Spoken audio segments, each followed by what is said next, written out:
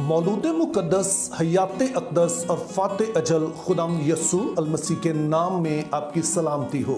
Social media की एक अच्छी बात यह है कि हर कोई अपने दिल की बात कह सकता है, लेकिन बुरी बात यह है कि जिसके मुंह में जो कुछ आता है वो कह सकता है, चाहे उससे किसी की दिल आज़ारी हो या किसी भी तरह का उसका नतीजा निकले। आम तौर पर इसकी परवाह नहीं की जाती है। उसकी एक मिसाल जो है वो दीगर मज़हब के जो लोग हैं उनके वो बयानात हैं जो मसीहत के बारे में देते हैं, जिसमें उन उलमा ने अपने लोगों से कहा कि अपने मसीहों को उनके क्रिसमस की मुबारकबाद नहीं देनी है, और उसके ताल्लुक से उन्होंने कई तरह की नामुनासिब बातें जो हैं वो कहीं। अब जब एक आम मसीही इस तरह की बातें सुनता है तो जाहिर है उसका भी दिल दुखता है, और ना सिर्फ दिल दुखता है बल्कि वो सोचने पर मजबूर होते हैं कि हमारा रवैया फिर उन तमाम लोगों की तरफ या दीगर मज़हब की तरफ कैसा होना चाहिए। तो इस हवाले से मेरे अजीजों, जो पहली चीज आपने याद रखनी है कि हमारा रवैया जो है इस बात पर मबनी नहीं होना चाहिए कि दीगर लोग जो है वो हमारे बारे में क्या कहते हैं या क्या करते हैं, बल्कि हमारा रवैया वो ही होना चाहिए जो बाइबल मुक़द्दस हमें फरमाती है। और बाइबल मुक़द्दस के मुतालिक पहले तो हमने अपनी पहचान के मुतालिक समझना है कि हम कौन हैं। और बाइबल मुक़द्दस कहती है कि हम ज़मीन का नमक हैं। इससे मुराद यह है कि अगर हम पूरी दुनिया को समझें कि ये एक गुंदा हुआ आटा है, तो मसीही जो है वो इस गुंदे हुए आटे में से थोड़ा सा आटा नहीं है, बल्कि वो इस आटे में नमक की तरह है। उनकी पहचान अपनी है, उनकी पहचान अलग है, उनका रवैया और तौर तरीका अलग है। और फिर बाइबल मुक़द्दस जो हमें हिदायत देती है वो ये है कि कोई भी बात हो उसमें हमारा रवैया जो है वो बहुत ही मुतदिल होना चाहिए, बड़ा ही बैलेंस्ड होना चाहिए। इस मुतवाज़न रवैये और तर्ज़ अमल को आप बेहतर समझ पाएंगे जब हम अगले दो सवालों पर गौर करेंगे। उनमें से पहला सवाल यह है कि जब गैर अक़वाम अपने मजहबी त्यौहार मनाते हैं तो क्या हमें उन्हें मुबारकबाद देनी चाहिए। और दूसरा सवाल जो आम तौर पर मसीही पूछते हैं कि क्या हमें कुर्बानी का गोश्त खाना चाहिए। तो हमारा पहला सवाल यह है कि जब दीगर अक़वाम अपने मजहबी त्यौहार मनाती हैं तो क्या हमें उन्हें मुबारकबाद देनी चाहिए। तो इस सवाल के जवाब को समझने के लिए आपने इस बात को मद्देनजर रखना है कि बाइबल मुक़द्दस में जो लफ्ज़ बरकत के लिए इस्तेमाल होता है वो अशर है, जिसका मतलब होता है खुशी।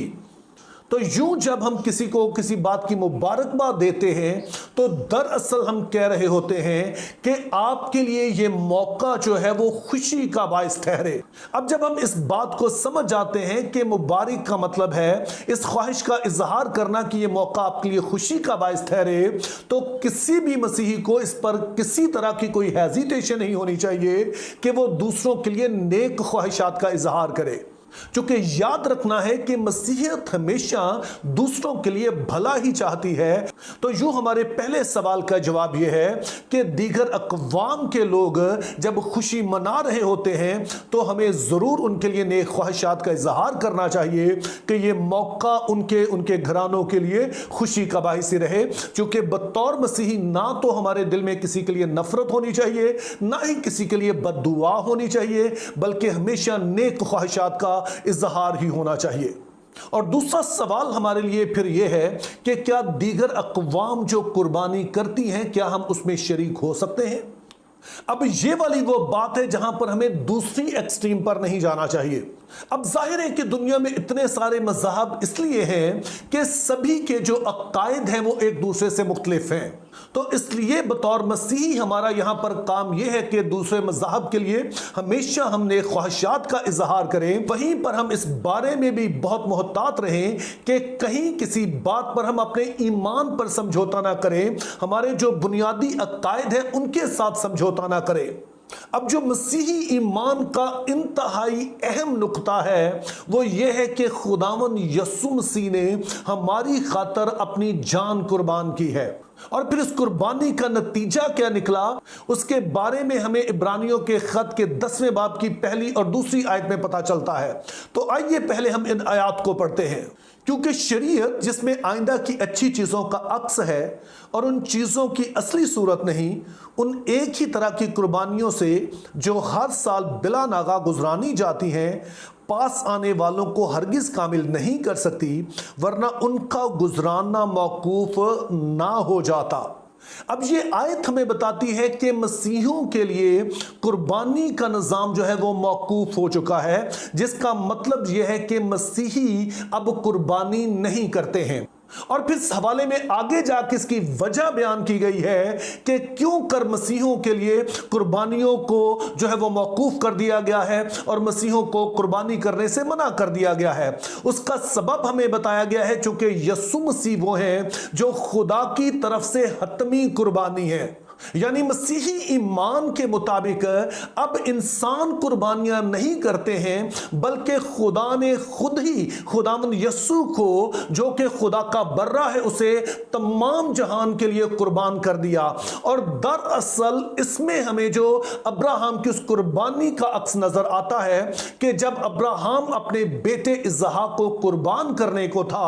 تو وہاں پر ہم دیکھتے ہیں کہ خدا نے ابراہیم کو منع کر دیا کہ وہ اپنے بیٹے کو قربان نہ کرے، بلکہ اس کی جگہ خدا ہی نے وہاں پر ایک برہ مہیا کیا جس کو ابراہیم نے اپنے بیٹے اسحاق کی جگہ پر پھر خداوند کے لیے قربان کیا۔